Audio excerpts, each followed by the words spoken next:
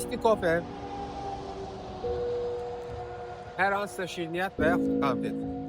Dostlar, çalışın kimdənsə mənəvi dəstək və yaxud motivasiya gözləməyin. Özünüz o vəziyyətdən çıxmağa çalışın. Yəni bilirəm, hal-hazırda hər kəsin sıxıntıları var. Hər kəs kimdənsə dəstək gözləyir, özünü tək hiss edir, xoşbəxt ola bilmir, sevinə bilmir. Hər dəfə negativliyi düşünür. Ya sən negativ düşündükcə həyat da negativləşir.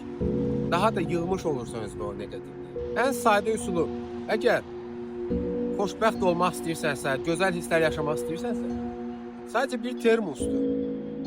Mahiyyəti baha deyil.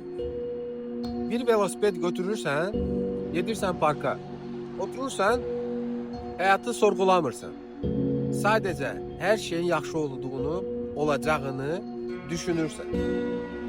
Ya o zaman həyat yaxşı olacaq. Negativ düşüncələri ağlınızdan çıxarın. Yəni velosipedin nə qədər gözəl olduğunu mən sizə hər dəfə göstərirəm. Bəzi dostlar deyir ki, velosiped insana nə xoşbəxtçilik verir falan. Düşünün, mən tək çıxmışam Bakıdan. Gedirəm Xızıya, dağlara gedirəm, tək. Başıma hər şey gələ bilər. Amma mən hər şeyi gözə alıram, pis düşünmürəm. Burada pis düşünməmək lazımdır. Yaxşı düşünsən, yaxşı şeylər olacaq. Və yaxud pis şeylər olsa belə həyatınızda, şikayətlənməyi buraxın, düşünməyin o barədə.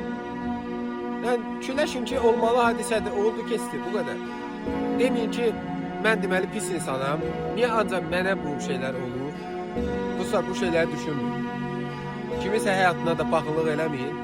Nəyə lazımdır paxıllıq? Kimsə bahalı maşın aldı, mən də almalıyam. O düşüncələri atın ağlınızdan. Ya o zaman hər şey yaxşı olacaq.